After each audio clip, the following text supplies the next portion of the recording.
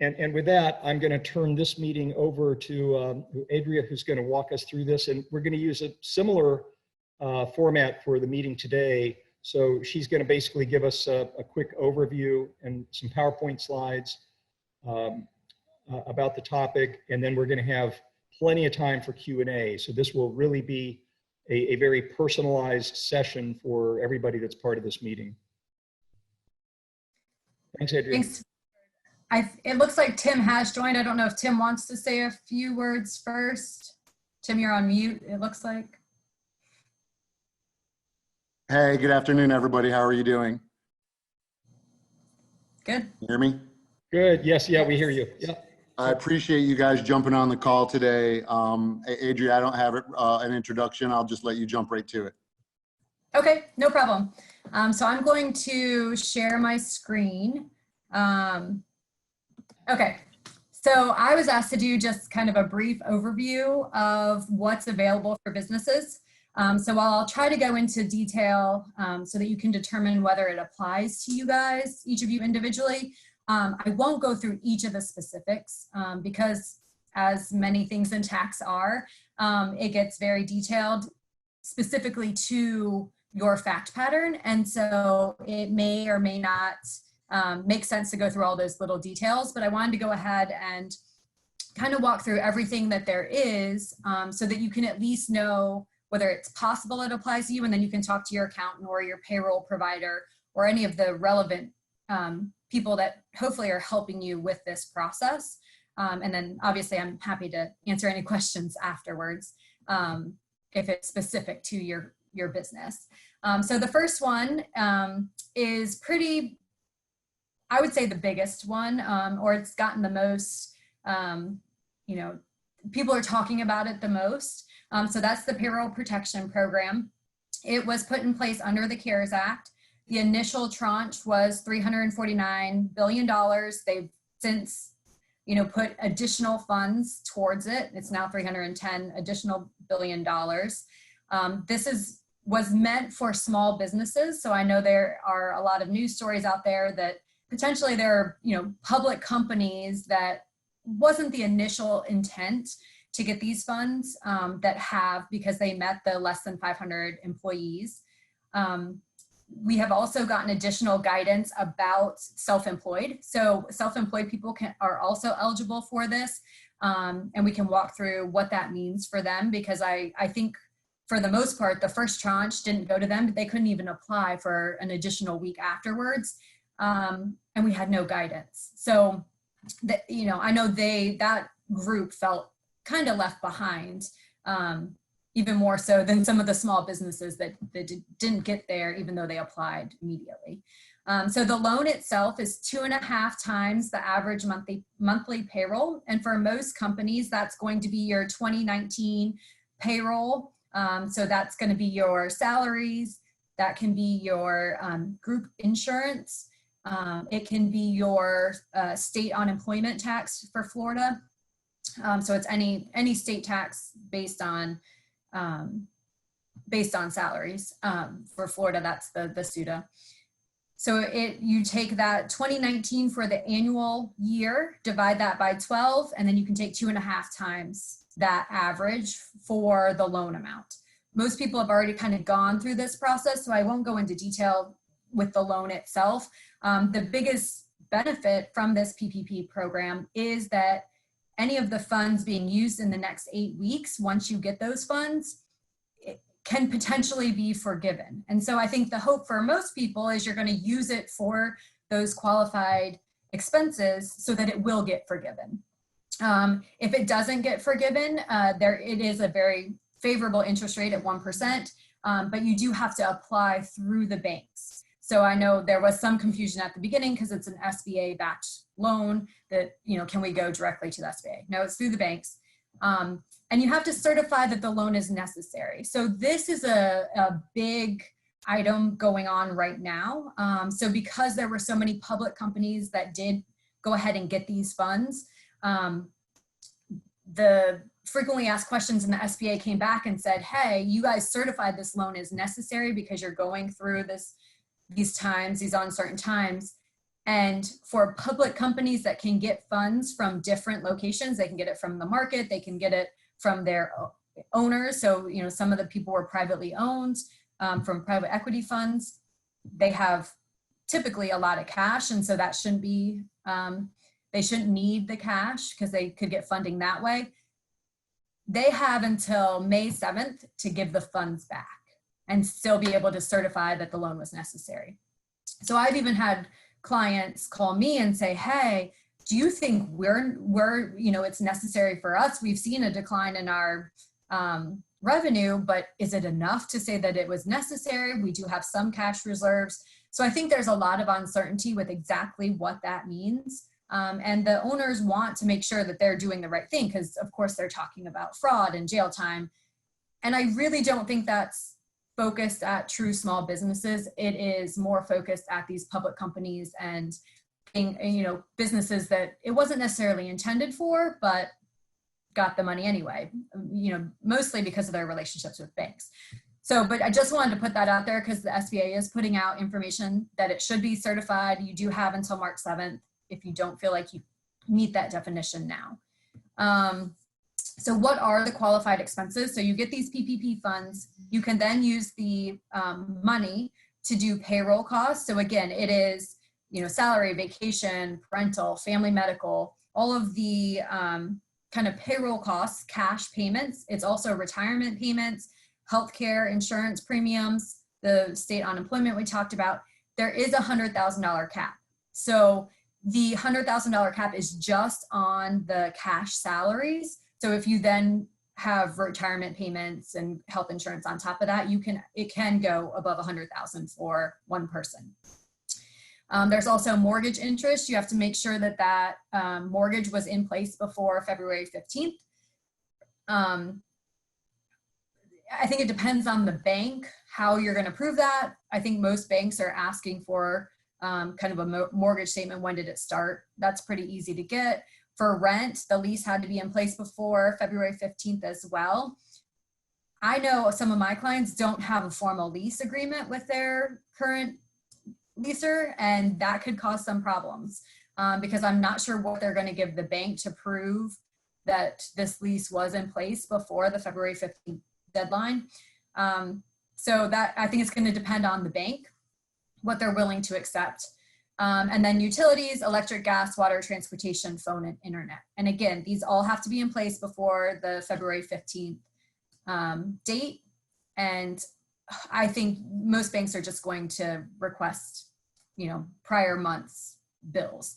There is a 25% cap on the non-payroll. And so that was something in place based on the frequently asked questions that were issued. It was not in the initial law. And then the reduction for the numbers of employees. So the forgiveness piece can be reduced by those employee numbers. So if you reduced your people, then potentially your forgiveness is also going to be reduced. And so what you look at is those 8 weeks. You take the average full-time equivalent. So if you have part-time people, they're not going to count one for one, but you take those 8-week average full-time equivalent, divide it by the average full-time equivalent in your base period, and each business can choose their base period. So it's either February 15th of 19 through June 30th of 19. So kind of the same time period last year, or January 1st of 20 to February 29th of 20. And so it's going to be either right before all of this happened or this time last year to get an idea of, are we keeping the same number of employees? If that number reduces, then your forgiveness is also going to reduce by that same fraction. If you are then paying your employees less, so if everybody took a 30% pay cut, to help keep the business going, that reduction in compensation is then going to reduce your forgiveness amount. If it's less than 25%, then it won't reduce that. So you can have some reduction in the compensation and still potentially get the full forgiveness piece. The way the math works, because it's 2.5 times and you only have 8 weeks, potentially you won't be able to get full forgiveness. I think full forgiveness may be hard. So you kind of have to look at your numbers and see what makes sense. They did just clarify that these expenses will not be deductible. So the IRS came out, put out a notice. While the forgiveness piece is not taxable, they're now saying the expenses used to get that forgiveness are not deductible. And so it pretty much is the similar impact. So the AICPA is challenging, and they have put out multiple things that they will challenge this and hopefully get it changed. We will see what happens. Right now, there is no way to know. So we're waiting on further guidance there. There are also a lot of other kind of open items related to the forgiveness piece. How will each bank, through the PPP application process, it seemed each bank was doing it slightly different.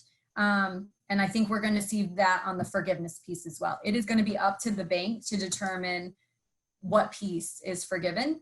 Of course, hopefully with guidance from the Treasury Department and the SBA, but we don't know yet. So there are a lot of pieces. They are constantly giving us out stuff. I mean, just the fact that the expenses won't be deductible, that just came out in the last couple of days. So we're constantly monitoring all of that. So that's kind of an overview of the PPP loan. There's also the disaster loan. And so this was also funded through the CARES Act. Initially it was $10 billion. And then in the second tranche, it's $60 billion is added to that. There were so many applications in that kind of initial tranche. They haven't even opened up for more applications. They think that the applications they have currently now will cover all of the $60 billion of additional funds. So it's not opened. I checked this morning and it wasn't open. So I don't think we anticipate it opening back up for the disaster loans, but these were also for less than 500 employee businesses, including self-employed. It specifically excluded agricultural businesses, religious organizations, public charitable organizations, gambling concerns, and casinos. And you do, for this one, have to be affected by the disaster. I think it's a little bit more stringent on who qualifies from that standpoint. You actually apply directly on the SBA website. The interest rate is more, so this is truly a loan. If it was greater than $25,000 loan, collateral was needed to get that. The benefit of this disaster loan is there wasn't an emergency advance for $10,000 that could be forgiven. So the PPP loan, potentially all of that can be forgiven, but for the emergency disaster loan, only the $10,000 grant is potentially forgiven. They also have an express bridge loan through the SBA that's $25,000 emergency basis. And you can do both the PPP and the disaster. And the disaster actually gets refinanced under the PPP. So your PPP can be part of those forgiven pieces. So if you use some of those funds to pay back this disaster loan, that is okay. But again, as far as we know, there's no funding currently for the disaster loan. So if you had already put in your application, potentially your application will get approved and you'll get these funds. They're still processing them, but you can't apply additionally now. So then we move into, so that's kind of the two, or, there's a couple different loan options under the SBA, but those are the two kind of main federal loan options for businesses. There's also two credits. And so the big focus was trying to make sure that businesses were continuing to employ people. We wanted to make sure, or they wanted to make sure people were still getting paychecks and still able to buy food and all of the things necessary during this time. So the first act is the Families First Coronavirus Response Act. So this was not part of the CARES Act. It actually came out a few weeks before. And eligible employers for this credit are businesses and tax-exempt organizations that have less than 500 employees. You have to be required to provide this paid leave. So there are, I'm not going to go into who exactly has to pay this paid leave. Most employers with less than 500 employees are required. There is a tranche of if you have less than 50 employees and it would really hurt your business to continue to pay your employees. potentially you can get out of these requirements. But if you get out of these requirements, you're not eligible for the credit for the people you are paying. So you have to figure out, where you fall. Government employers are also specifically excluded from this credit. So they still have to pay the leave, but they don't get the credit. And the credit is the required wages that are paid, which will go into kind of those caps after April 1st. So some employers were paying their people before this April 1st deadline, and you cannot take a credit for that period before April 1st. So I have a client that, had one of their employees was sick. And so they were paying them their 100% wages, anticipating this credit. And then guidance came out that it was April 1st after. And so that is just the date that was picked, and you have to follow it. So it's not even just paid after April 1st, it's actually for the period after April 1st. So if you pay your employees April 3rd, but it's for the week ending in, March, April, starting in April, it's only those couple days in April that you can take it. So it's those required wages plus the qualified healthcare plan expenses. So you do get kind of credit for that. And you add in the employer portion of Medicare. So these wages are still subject to both the employee and the employer portion of Medicare, but you then get the credit. And so from an employer perspective, it's covering that tax that you have to pay. And then for Social Security, these wages are only subject to employee Social Security. So the employer does not have to pay the Social Security tax on these wages. So what the government tried to do was come in and say, okay, you don't have to pay, we'll fund the wages themselves through this credit, and we'll also fund the tax associated with the wages. So the way they did that was you don't have to pay the Social Security, and then you get a credit for the Medicare tax. And so what are these? It's kind of in two tranches. First is the emergency paid sick leave. So this is if someone is sick or is recommended to be quarantined by their doctor. That is kind of one tranche. That is, you have to pay them 100% of their full pay, but it's capped at $511 per day or $5,110 per employee, because this emergency paid sick leave is for 10 days, 2 weeks, 80 hours, however you want to kind of think about it. It is full-time and part-time employees. And so that's if you're specifically sick. If you are then taking care of someone else who is either sick, or you have a child who is not in school because schools are now closed, you actually can get this paid sick leave for those same 2 weeks at 2/3 of your pay. And that is capped at $200 per day or $2,000 per employee. They then also have an additional Family Medical Leave Act credit, which is then the next 10 weeks. So you can get a total of 12 weeks, the first 2 weeks being the paid sick, and then the next 10 weeks being the family medical, for a total of 12 weeks. And that's full-time and part-time employees as well. And that's still that same 2/3 cap. It's just now it's for 10 weeks, so it's $10,000 over those 10 weeks. There is an additional requirement that employee has to be employed for 30 days before they can take this. So they didn't want people, starting and then immediately saying, oh, by the way, I have to take care of my kids. It didn't work that way. For part-time employees, I'm not sure how many people have that. You have to look at the amount of hours that they were normally scheduled. So if you have a schedule going out a few weeks, you can use those scheduled hours to figure out what you have to pay them. If you don't schedule out weeks, you can then do a 6-month average. If for some reason they haven't been there for those 6 months, you can look at their agreed upon hours when you hired them. Or if none of those kind of apply, you then look at the average over employment. And so it is then, what have they worked? They've been here for 2 months. What did they work those 2 months? And that's kind of how you calculate what their pay should be. How do you recognize the credit? You can actually reduce your payroll tax deposits now. And so you get right now you don't have to pay that federal taxes that were withheld from your employees' paychecks. you don't have to pay that to the government. And so it's a cash funding right now.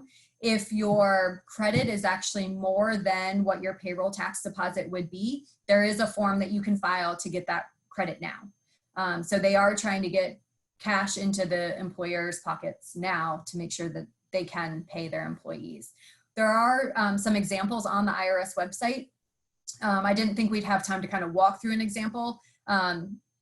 So I was leaving that, but they have really good examples on the IRS website to say, how do I calculate what my tax deposit should be? You know, how do I calculate that credit? For self-employed people, because they are able to take this credit, if you are sick or you have kids, you can offset your self-employed tax on your 2020 tax return. So it's not necessarily cash in your pocket today, but if you normally make estimated tax payments, you can reduce that portion, the self-employment portion of your estimated taxes now. Of course, those have been extended to July 15th, both Q1 and Q2, so you have some time to figure that out. This paid leave credit is available if you've gotten PPP funding, but you can't use the same wages. So there's no double dipping, you know, using these same wages that you're going to get a credit for to then have forgiveness pieces. So you have to be careful, you know, kind of what tranche you're putting each of these expenses into. And there's also specific documentation on the IRS website, you know, how the employee should request this type of leave, very, very specific documentation of how to kind of prove out these credits.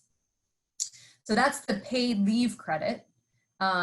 Now there's also an employee retention credit that was put under the CARES Act. And I think these two get mixed up pretty regularly. So I want to make sure that we understand kind of those paid leave credits are required unless you meet one of the exemptions, and then you get a credit for those funds that you are paying your employees. The employee retention credit is a little different. And so the credit itself is 50% of the qualified wages that are paid by an eligible employer. So of course, now we have to define all of those words. So what is an eligible employer? It is someone who carries on a trade or business, and it does specifically include tax exempt organizations. There's a little open-endedness, and a lot of tax exempt organizations don't necessarily carry on trade or businesses. And so how exactly do we make sure that, you know, the 501c3s do qualify? So there is some kind of gray areas there, but for the most part, they're supposed to qualify under an eligible employer. So you have to carry on a trade or business, and you have to either be fully or partially suspended. So any of our non-essential businesses, I think the whole state of Florida, if you're considered non-essential, definitely qualifies for this credit. Even restaurants, they specifically say, even though restaurants can still be, you know, doing takeout, because it's not full, you know, they're not fully open, they do automatically apply for this or qualify for this. So you can either be partially or fully suspended operations, or if you experience a significant decline in gross receipts. And the way that this is calculated is a little weird. So you meet the significant decline if you compare your 2020 gross receipts for a quarter to your 2019 gross receipts for the quarter. And as soon as you drop below that 50%, you are then meeting this significant decline. And so if your Q1 wages, your gross receipts were not less than that 50%, you don't meet it yet in Q1, but then if in Q2, you drop below 50% of Q2 2019's gross receipts, you will then meet it as of April 1st. So it's the first of the quarter, even if maybe April kind of was the same as 19, but then May drops completely off. And so for the whole quarter, you're down 50%. You meet it as of April 1st. And then you continue to meet it until the quarter after you go up to over 80%.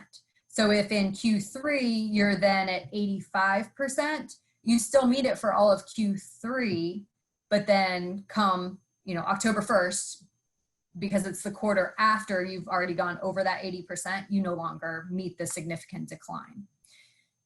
You know, who knows whether fully or partially, and, you know, with Florida opening up, hopefully that's not going to be the case. But I think it's too early to tell for sure. So you kind of have to look at all of the pieces. And for this credit, it specifically excludes government employers and self-employed. So our self-employed people cannot get this credit. And so what are the qualified wages? It depends how many employees you have. So if you have over 100 full-time employees in 2019, you only can get the credit on the wages that you're paying to an employee who is not working.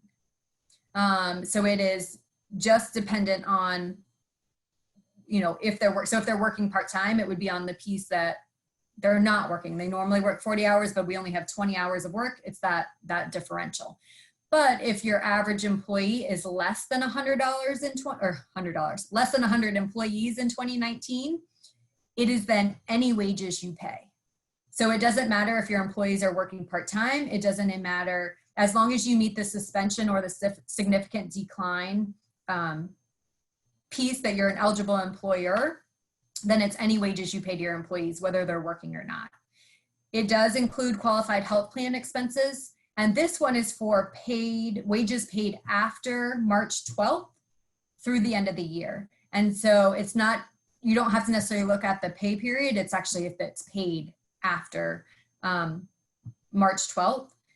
Because March 12th is in Q1, a lot of people were like, well, I have to figure this out for my Q1 payroll taxes? And Dyer said no. Anything that at the end of March will actually be on your Q2 941. So you have time. So if you haven't talked with your payroll provider, if you have one, or you didn't know about this credit for Q1, you're fine. You can actually take that Q1 credit on the Q2 tax return. There is a cap for $10,000 in wages per employee, which means your credit per employee is $5,000, because again, that credit is 50% of the qualified wages. And so if you have a lot of part-time people who don't make a lot of money, you potentially could be in a better position to do the employee retention credit versus the PPP, because you cannot do both. So it is not the same as you can't double dip on the wages. If you receive PPP funds, you cannot do the employee retention credit, hands down, even if there's different wages that you could use it on. The credits between the leave credit and the employee retention credit, you can do both of the credits, but it can't be the same wages. So you still can't double dip on the wages, but you can take both. So for the 12 weeks that they're, watching their child because schools are closed, you can do the paid leave. And then when they come back after that, if you're still paying them and you have significant decline, then you can go ahead and do the employee retention credit. So you can do both. The credit is the same. You can decrease your tax deposits now, or if your credit is more than that deposit should have been, you can file the form for excess. So that's those are the two big credits that are out there. There's also a payroll tax deferral. So I'm now getting into the more, maybe not as well known items. So you can defer payment of your employer portion of Social Security taxes. So it's just a deferral. You don't have to pay that in now, but you will have to pay 50% of that by 12/31 of 21. So you get over a year to defer it, and the remaining 50% is due at the end of 2022. The eligible deposits for this deferral is March 27th of 20 through the end of the year. And so right now, you could be deferring your Social Security taxes as long as you didn't get PPP funds. So this is another one where if you get the PPP funds, you are not eligible for payroll tax deferral. This one is not limited to the number of employees. So it's any businesses can take advantage of this. And then for self-employed people, they are also able to defer it. And so you will, again, defer it on your 2020 tax return itself. One of the things that's kind of a big item, the owner or an executive, it's the person responsible, can be held personally liable if these taxes are not paid. So you want to make sure that you're going to be open in 2021 or 2022 to be able for the business to be able to pay those funds at some point. Otherwise, that responsible person could be personally liable. So that's the payroll tax deposit. They also adjusted net operating losses. So you may remember there was a 2-year carryback, then we couldn't carry NOLs back at all for businesses. Now they've implemented a 5-year carryback. So that's any NOLs in 18, 19, or 20. So you could actually be carrying your 18 losses that could have nothing to do with the coronavirus back 5 years to 2013 if you had income then, and be getting a cash refund. It also allows NOLs going forward to fully offset income. So the Jobs Act had limited it to 80% to be able to carry forward, and now it's 100% can be fully offset with income. Minimum tax credits. So this is one that may not apply to a lot of people, but if you previously had paid AMT tax and you have those minimum tax credits available, you can now fully recognize those, and they're refundable. So you can get cash back for those in 18 or 19. You can choose which year. And so some people may want to file an amended 18 return to go ahead and take advantage of that. Or if you're, filing 19 right now, you might want to just go ahead and take that now. Business interest expense limitation. So for any of our businesses that have annual gross receipts greater than 26 million, you are potentially limited to the amount of interest expense that you can deduct. It was 30% of adjusted gross taxable income or adjusted taxable income. They've now increased that limit to 50%. And it depends whether you use 2019 or 2020 taxable income, and it's the taxpayer's choice. So again, there might be some modeling that you want to do if this applies to you. A lot of our businesses were under that $26 million gross receipts, and so this didn't apply to them. So it just depends on your fact pattern. There was also qualified improvement property. So there were what we call the retail glitch in the Jobs Act. They had taken what they kind of these 15-year improvement properties that they wanted to be eligible for bonus depreciation. A lot of it had to do with retail companies and restaurants and all of these improvements that they just, with the wording that was used in the Jobs Act, made it go back to 39-year property instead of 15-year property, which meant a longer life, but then they were no longer eligible for bonus depreciation. And so through the CARES Act, they did correct this piece of it as well. And so now anybody who had this qualified improvement property can use the 15-year life in any of the years. So it goes back to September 27th of 17. And so if you've already filed your 17, 18, some people 19 returns, you may want to do a method change. So if you've filed this way for more than 2 years, you'll want to do an accounting method change. If you've only filed 1 year, so if you had assets placed in service in 18 and you've only filed on the 18 return, you can actually amend your 18 return to take the 15-year life. And so that's kind of some nuances, but for our restaurants who are hurting right now, this might really help them. And so that's a very brief, very fast, lots of information overview. I didn't really say who I was, but I am a senior manager in our tax group of Carr, Riggs, and Ingram here in our Gainesville office. Kind of my background was large companies, large businesses. I did 10 years at Ernst & Young in Jacksonville, and then came back and moved to Gainesville and joined CRI about 3 years ago. Yeah, it's really great. Thank you so much, Adria. That was incredibly well done for a very complicated topic. Thank you. Yeah. So it's a lot. Right, it really is. There's a lot. I had sent a chat out to everybody, and if you have specific questions for Adria, probably if you can get to that little chat bar at the bottom and just click on the chat, and send, or just let me know that you want to ask a question. What we'll do is pose the question to Adria, or actually let you pose it, but that way we'll just kind of keep it orderly. I'll get things rolling here with a question on the, I guess it's 48 days. I think there was wasn't there a zombie movie 48 days after, or 48 days later or something? So we have, assuming that you get the PPP funding, you have, as I understand it,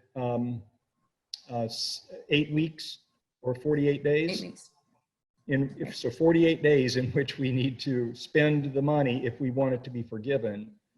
And at least 75% of that spend has to be on your payroll cost, which would include the matching employer cost and healthcare costs and everything you just described. So a couple of questions I have. If somebody applied for the PPP and also had done the initial application at the SBA, where they sent the advance of $1,000 per employee ahead of time, and you got that a couple of weeks ahead of time, I'm assuming that advance that you got from the SBA of $1,000 per employee does not start the 48-day clock, right? Right. No, it's the PPP funds themselves. Okay. So it's when the balance of the money comes in, less the $1,000 Right. per that you got as an advance.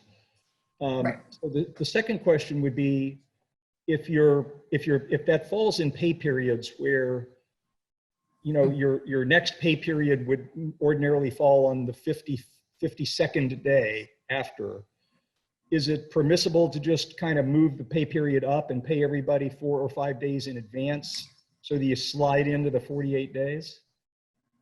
Right. And this is one of the areas that we need guidance. I mean, that's, you know, guess, but it's ultimately going to come down to the bank. So I would be having conversations with the bank to see, have they thought through these issues? How are, you know, without guidance, how are they going to treat it? Because I think it is going to be a bank by bank process, because ultimately it is up to the bank to decide if it's forgiven. The way I read it, it's paid. So it doesn't say that it, you know, it's on your normal pay cycle. So I would suggest, without any guidance, yes, you know, going ahead and paying people in advance, or, you know, at least if it cuts off, you know, half of your pay period, you might want to pay them for that week, you know, even though you normally pay every 2 weeks, to get into Right. that. I think that's going to be an issue. Yes.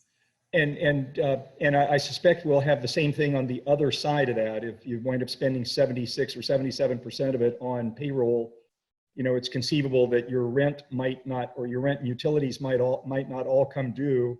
And I'm kind of hoping that business will have the latitude of being able to talk to their landlord and have their landlord bill them a few days early so they can actually make the payment on rent and get yeah, and I think done. that one's potentially harder. I think for prepaid rent, I think that probably isn't going to be allowed. I think it's going to be the bank. The bank's going to have to make all those decisions if we don't get guidance. Yeah, well, I hope we get guidance, because those of us who bank with the large banks, and you know, ever since we took RTI public years ago, I had banked with one of the large banks who took us public, and they don't tell us anything. I mean, I know. Large banks are not telling the small businesses anything. All their local representatives tell us, we can't talk to you, we don't know anything about it, you'll have to just take whatever information is given to you by an email from the big bank. So I'm sure hoping that we get a lot more guidance from. Yeah, my understanding is they're anticipating we would get guidance by May 15th. So hopefully, I mean, that should be before the 8-week period for most people. But unfortunately, you know, if they don't come out soon, you can't plan around it. And so it's really important they get that guidance out now. Great. So I am going to scroll through my chats here, and let's see, where are we here? I've got a couple of questions coming up. That was from me, Robert. Okay, Robert, you want to take over and ask your question? Unmute yourself. It's Robert Mounts. Here, I think I can unmute you. There you go. Sorry. Yeah, you unmuted me. Gotcha. I'm an officer with the Matheson History Museum, as is Greg Young, who's president this year of our board. And we immediately on the second day after this PPP program was announced, we had the Matheson file an application through Capital City Bank for funds. And that was the first tranche, which ran out. And the question is whether or not they remain eligible under the second tranche, for funds, because they've now been told that X number of dollars is available, and we don't know if that means the loan has been approved, you're just waiting to get the funds, or what. And then the second question was, when is the 60-day period that we're talking about for them to pay employees' salaries and utility bills? They haven't laid anybody off. People are still working and being paid, but there's none of the usual receipts coming in because the museum is closed. Right. So the way my understanding, so the SBA, you will get an approval number. So until you get that email that says your SBA approval number then there are not funds allocated directly to you. So you may not get the money right away. It takes a few days to actually get into your bank account. But once you get that SBA number, that means you've been approved and there are funds available that have been earmarked for you specifically. How that's communicated, I think, depends on the bank. I think most of the banks kind of have done an electronic process. And so you would get an email that says, here's your SBA approval number. And so if you haven't gotten that approval number yet, I'd probably call the bank and say, just wanted to make sure you put in our loan application in the second tranche, because we've given the information for the first one, do we have an SBA number? Because I think that is the key. And then it's taken some of the local banks a little longer to actually distribute the funds. So I know some of our local banks had the funds, and they were still going through their process of actually getting it out to each of the businesses, even though they had the SBA number. So they knew they had the money, they just hadn't physically gotten it into their accounts yet.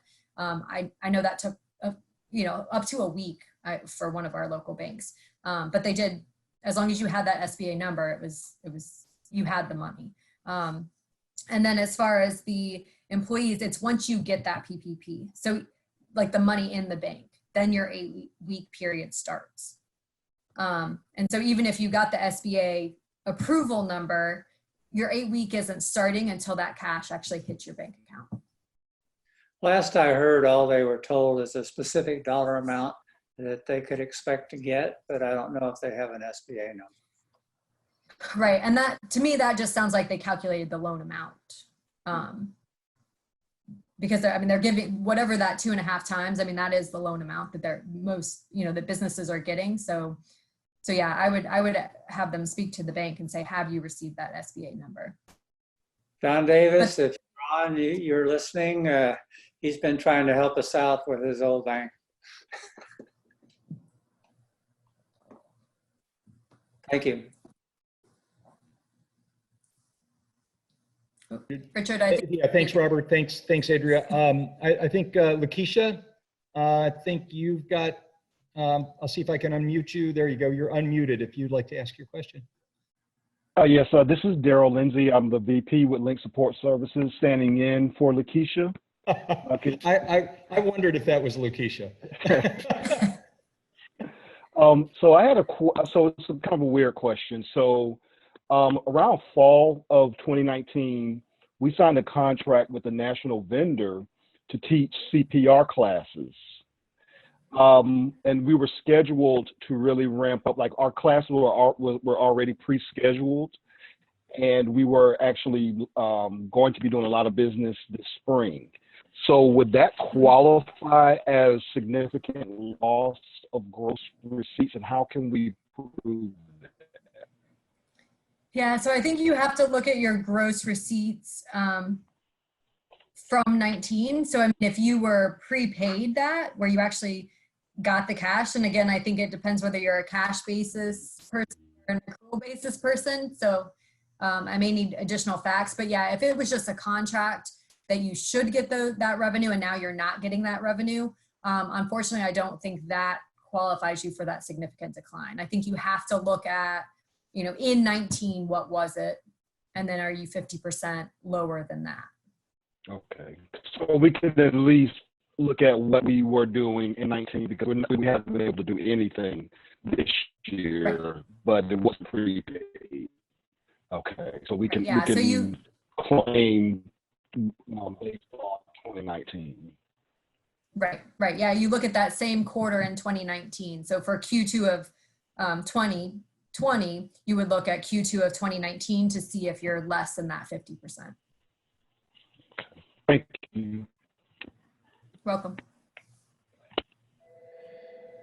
Adria, I've just one other quick question that is related to that 48 days again, when we're, so if we look back at what our average full-time employees were, our full-time equivalent employees were in whatever the look back period is, and we look at our current period, and let's say that we're just because of the natural process of our business or whatever, we're, you know, 3 or 4 employees shy of what we had before, and it would be helpful to us to just go hire some new people. Can we just hire the 3 or 4 new people? Yeah. You can. Yeah. Okay, Yeah. great. It doesn't have to be the same people that worked for you. It's purely based on numbers. So it can be Great. completely different. Generic FTE heads. Okay, great. It is. Yeah. Okay. You know, I don't see anybody else in the chat that has said, how about if anybody just wants to either unmute themselves? Joe, is everybody able to unmute themselves if they wish? Yes. So if you have a question and you want to unmute yourself, please do. And or if you're on video, wave your hand like this. Or if you know where the hand waving function is that's in Zoom, do that. Stephanie pointed that out to me. Since it's up to the banks to decide whether to forgive or not forgive, is there an incentive for them to forgive? Or is it better to them if they don't forgive? So I don't think that the banks want these on their books. So I think they do want to forgive them. I don't know. I don't think there's guidance out there that gives the banks guidance on exactly how, you know, like what they need to do for the SBA purposes. But yes, I think the banks have incentive to forgive the loans because they're such a low interest rate. They don't want the loans on their books.